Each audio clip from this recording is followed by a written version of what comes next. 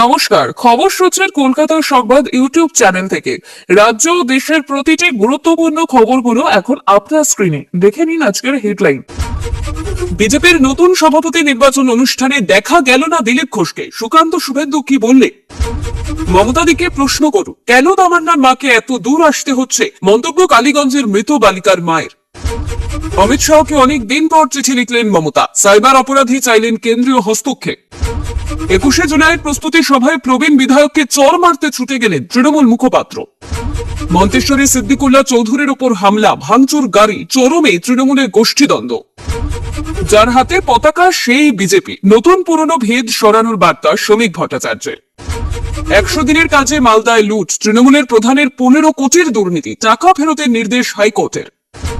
কেন বন্ধ Kasba law college, কবে খুলবে? কারণ জানিয়ে শিক্ষামন্ত্রীকে চিঠি কলেজের। কি জানানো হলো জানেন? মালদহের আবাসিক স্কুলে নাবালকের রহস্য মৃত্যু, কর্তৃপক্ষের অত্যাচারে প্রাণহানি। এছাড়াও রয়েছে আরো বেশ কিছু গুরুত্বপূর্ণ খবর, তাই অনুরোধ করব ভিডিওটি শেষ পর্যন্ত মনোযোগ দিয়ে শুনুন। রাজ্য বিজেপির নতুন সভাপতি হিসাবে বিনা প্রতিদ্বন্দ্বিতায় নির্বাচিত হলেন শ্রমিক ভট্টাচার্য। 2026 সালের বিধানসভা নির্বাচনে তার নেতৃত্বেই লড়বে বিজেপি। এই উপলক্ষে সায়েন্স সিটিতে আয়োজিত অনুষ্ঠানে রাজ্য বিজেপি উৎসব মুখর হলেও সেই মঞ্চ থেকে ফেটে পড়ল আদি নব্য দ্বন্দ্বের ইঙ্গিত। অনুষ্ঠানে শ্রমিকের পাশে ছিলেন সদ্য প্রাক্তন সভাপতি সুকান্ত মজুমদার এবং বিরোধী দলনেতা শুভেন্দু অধিকারী। তবে দুজনের বক্তৃতায় স্পষ্ট ফারাক দেখা গেল। সুকান্ত বলেন, 4 বছর আগে দিলীপ ঘোষ তার হাতে দায়িত্ব দিয়েছিলেন, এবার তিনি শ্রমিকের হাতে তুলে দিচ্ছেন। দলের এই উত্তরাধিকার চলতেই থাকবে। শ্রমিকও ভবিষ্যতে কারো হাতে দায়িত্ব তুলে দেবেন। কিন্তু শুভেন্দুর বক্তব্যে একবারও উচ্চারিত হলো না দিলীপ ঘোষের নাম। তিনি বলেন, অতীত ভুলে গেলে ভবিষ্যৎ ভালো হয় না। সেই সঙ্গে তিনি কৃতজ্ঞতা জানান প্রাক্তন সভাপতির মধ্যে অসীম ঘোষ, রাহুল সিনহা এবং সুকান্ত মজুমদারকে। অথচ দিলীপ ঘোষ ছিলেন 2015 থেকে 2021 পর্যন্ত রাজ্য সভাপতি। তাকে বাদ দিয়ে শুভেন্দুর এড়িয়ে যাওয়া নিয়ে শুরু হয়েছে জল্পনা।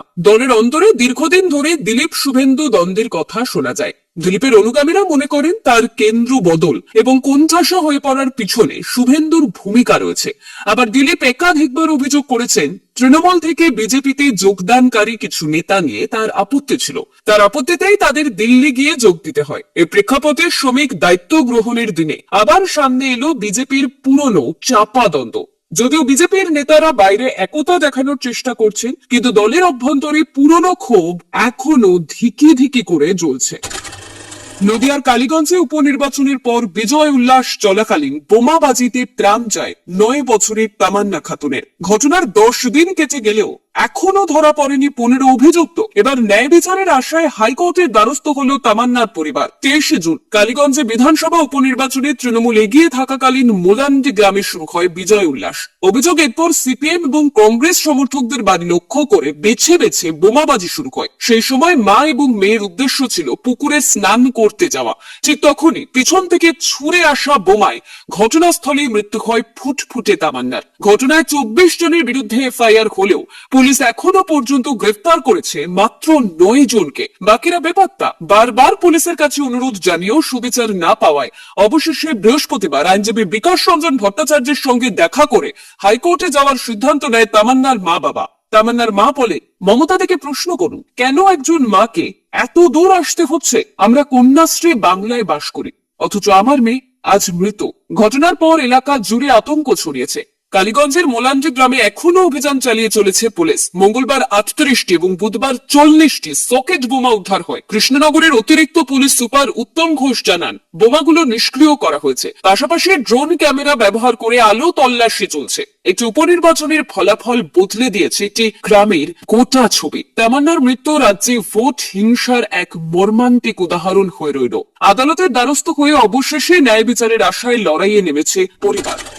সোশ্যাল মিডিয়ায় ভুয়ো তথ্য, উস্কানিমূলক পোস্ট এবং ডিজিটাল প্রতারণার বারবারন্তে উদ্বেগ প্রকাশ করলেন মুখ্যমন্ত্রী মমতা বন্দ্যোপাধ্যায়। এই পরিস্থিতিকে দেশের স্থিতিশীলতার বড় চ্যালেঞ্জ বলে চিহ্নিত করে তিনি স্বরাষ্ট্রমন্ত্রী অমিত শাহকে চিঠি লিখে দ্রুত কেন্দ্রীয় হস্তক্ষেপ চেয়েছেন। চিঠিতে মুখ্যমন্ত্রী লিখেছেন, ইদানিং সোশ্যাল মিডিয়ায় একের পর এক মিথ্যা গল্প, ভুয়ো ভিডিও এবং সাম্প্রদায়িক উস্কানিমূলক কন্টেন্ট ভাইরাল হচ্ছে। এর ফলে সমাজে অপরাধ প্রবণতা এবং সহিংসতা বাড়ছে। বিশেষ করে মহিলাদের বিরুদ্ধে অপরাধের সংখ্যা আশঙ্কাজনকভাবে বেড়েই চলেছে। তিনি আরো জানান, পাশাপাশি ক্রমেই বাড়ছে সাইবার অপরাধ, প্রতারণা, পরিচয়পত্র চুরি, ব্যক্তিগত ছবি বা তথ্য অপব্যবহার এবং বদনামের মতন ঘটনা বাড়ছে, যার শিকার হচ্ছেন সাধারণ মানুষ ছাড়াও বহু সংস্থা এবং প্রতিষ্ঠান। সবচেয়ে বেশি ক্ষতিগ্রস্ত হচ্ছেন নারী, শিশু, প্রবীণ এবং প্রান্তিক জনগোষ্ঠীর মানুষজন, যাদের পক্ষে আইনি সহায়তা পাওয়া কঠিন।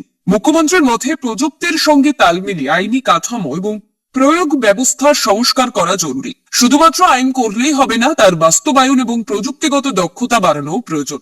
সোশ্যাল মিডিয়া প্ল্যাটফর্মগুলিকে আরো দায়িত্ববান হতে হবে এবং সাধারণ মানুষকে ডিজিটাল শিক্ষা দিতে হবে, যাতে ভুয়ো এবং প্ররোচনামূলক তথ্য সহজেই চিহ্নিত করা যায়। এই পরিস্থিতি মোকাবিলায় মমতা বন্দ্যোপাধ্যায় বেশ কিছু সুপারিশ করেছেন, যেমন ডিজিটাল সাক্ষরতা বৃদ্ধি এবং সচেতনতামূলক শিবির, সোশ্যাল মিডিয়ায় গুজব ঠেকাতে বিশেষ টাস্ক ফোর্স, অনলাইন অপরাধ রিপোর্ট করার সহজ পদ্ধতি, নারী, শিশু এবং প্রান্তিক জনগণের জন্য সাইবার নিরাপত্তা ব্যবস্থার সহায়তা। চিঠির শেষে মুখ্যমন্ত্রী লেখেন, এটি শুধু রাজ্যের নয়, সমগ্র দেশের নিরাপত্তা এবং নাগরিক কল্যাণের প্রশ্ন, তাই এখনই কেন্দ্রীয় হস্তক্ষেপ জরুরি। 21শে জুলাইয়ের প্রস্তুতি ঘিরে উত্তেজনা ছড়ালো মালদার ইন্দেজ বাজারে। বৃহস্পতিবার মালদা কলেজ অডিটোরিয়ামে তৃণমূল কংগ্রেসের প্রস্তুতি সভায় মঞ্চে রতুয়ার বিধায়ক সমন মুখোপাধ্যায়কে প্রকাশ্যে চড় মারার হুমকি দেন জেলার তৃণমূল মুখপাত্র আশিস কুঞ্জ। ভরা সভায় নেতার দিকে তেড়ে যান তিনি। ঘটনার সময় সভায় উপস্থিত ছিলেন রাজ্যের মন্ত্রী, বিধায়ক এবং দলের শীর্ষ নেতৃত্ব। আচমকা এই ঘটনায় হকচকিত সকলে, তবে দৃঢ়ভাবে নিজের অবস্থান জানান সমর মুখোপাধ্যায়। তিনি বলেন, আঙুল নামিয়ে কথা বলুন। তার বক্তব্যে উঠে আসে দলনেত্রী মমতা বন্দ্যোপাধ্যায় এবং অভিষেক বন্দ্যোপাধ্যায়ের প্রতি আনুগত্যের বার্তাও। এই ঘটনায় ফের প্রকাশ্যে এলো তৃণমূলের অভ্যন্তরীণ গোষ্ঠীদ্বন্দ্ব। আশিস কুণ্ড সংবাদ মাধ্যমে মুখ না খুললেও দলীয় অস্বস্তি এড়াতে ড্যামেজ কন্ট্রোল শুরু করেছে তৃণমূল নেতৃত্ব। তৃণমূলের সহ সভাপতি শুভময় বসু বলেন, একজন প্রবীণ বিধায়ককে প্রকাশ্যে অপমান কখনোই গ্রহণযোগ্য নয়। এমন আচরণ দলের সংস্কৃতি নয়। অন্যদিকে এই ঘটনাকে হাতিয়ার করেছে বিজেপি। দলের দক্ষিণ মালদহ সাংগঠনিক জেলার সাধারণ সম্পাদক অম্লান ভাদুরী বলেন, এটাই তৃণমূলের প্রকৃত রূপ, নতুন কিছু নয়। প্রসঙ্গত 21শে জুলাই তৃণমূল কংগ্রেস প্রতি বছর কলকাতায় শহীদ দিবস পালন করে। 1993 সালের এই দিনে ভোটার কার্ডকে একমাত্র পরিচয়পত্রের দাবিতে যুব কংগ্রেসের আন্দোলনে পুলিশের গুলিতে মৃত্যু হয় 13 জনের। সেই ঘটনার স্মরণে প্রতি বছর এই দিনটি পালন করে দল। সভা মঞ্চে বিধায়কের বিরুদ্ধে এমন আচরণ 21শে জুলাইয়ের আগে তৃণমূলের জন্য অস্বস্তিকর কারণ হয়ে দাঁড়িয়েছে। তবে দলীয় নেতৃত্ব এখনই বড় প্রতিক্রিয়া না দিলেও ঘটনাটি যে গুরুত্ব পেয়েছে তা স্পষ্ট। 21শে জুলাইয়ের প্রস্তুতি সভার আগে উত্তেজনা পূর্ব বর্ধমানের মন্তেশ্বরে। মঙ্গলবার সকালে মালডাঙ্গা এলাকা পরিদর্শনে এসেছিলেন মন্তেশ্বরের বিধায়ক তথা রাজ্যের গ্রন্থাগার মন্ত্রী সিদ্দিকুল্লাহ চৌধুরী, কিন্তু সভাস্থলে পৌঁছানো মাত্রই তাকে ঘিরে বিক্ষোভ দেখাতে শুরু করে ক্ষুব্ধ জনতা। হাতে কালো পতাকা ঝাঁটা, তার সঙ্গে গো ব্যাক, চিটিংবাজ, তোলাবাজ শব্দে উত্তপ্ত হয়ে ওঠে এলাকা।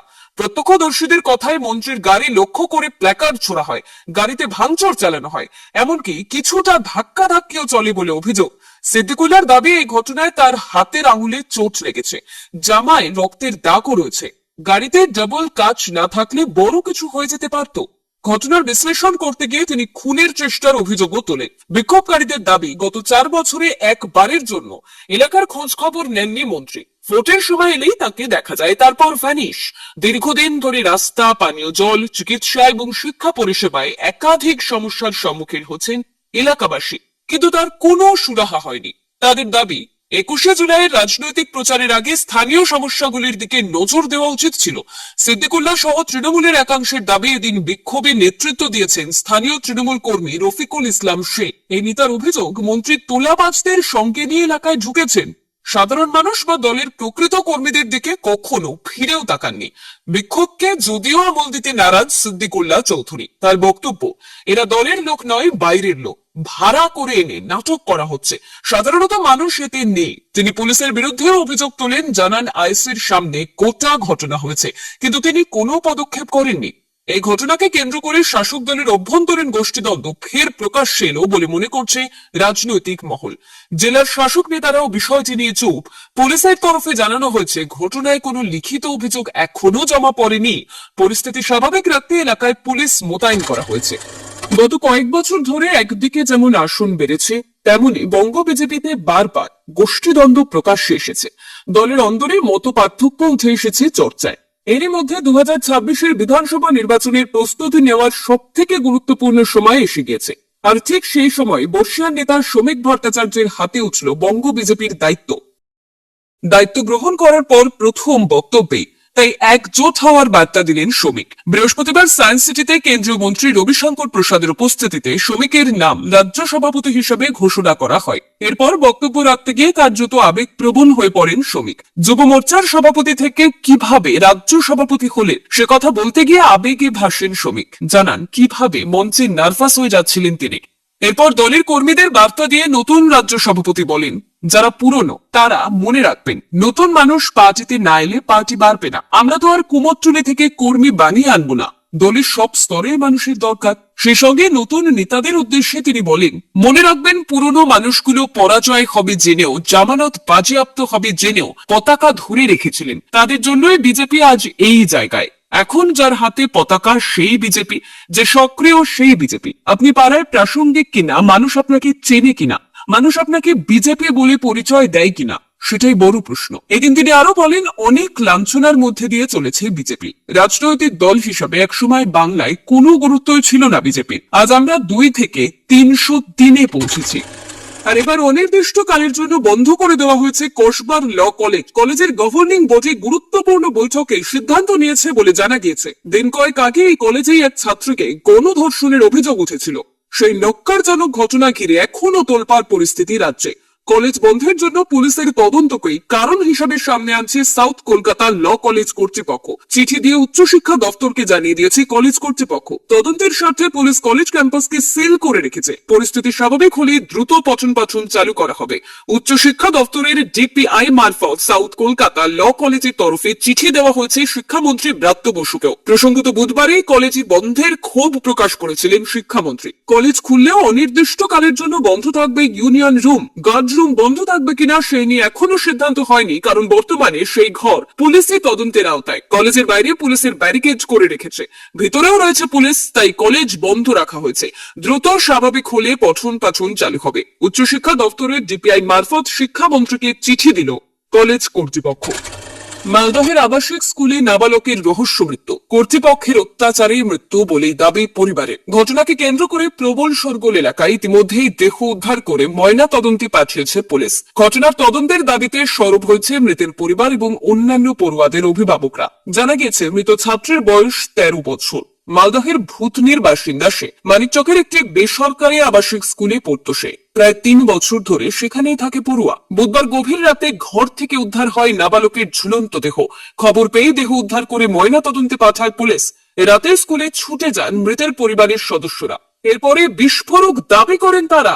তাদের দাবি, কর্তৃপক্ষ তাদের সন্তানের উপর অকথ্য অত্যাচার করত, সে কারণে ছুটিতে বাড়ি গেলে ফিরতে চাইতো না সে। কিন্তু বিষয়টা যে এতটা গুরুতর তা বুঝতে পারেনি পরিবার। অভিযোগ, সেই অত্যাচারের জেরেই নাকি মৃত্যুর ঘটনা। এই ছাত্র মৃত্যুর ঘটনা প্রকাশ্যে আসতে বৃহস্পতিবার সকাল থেকে বিদ্যালয়ের অন্যান্য পড়ুয়াদের অভিভাবকরা ছুটে যান। প্রত্যেকের চোখে মুখে উদ্বেগের ছাপ স্পষ্ট। ঘটনার পর্যাপ্ত তদন্তের দাবি জানিয়েছেন তারা। এদিকে মৃত্যুর তদন্তে নেমে প্রসঙ্গে বিদ্যালয়ের কর্ণধার তথা প্রধান শিক্ষক সাজির হোসেনকে মানিকচক থানার পুলিশ ডেকে পাঠায় এবং লাগাতার জিজ্ঞাসাবাদ চালানো হচ্ছে।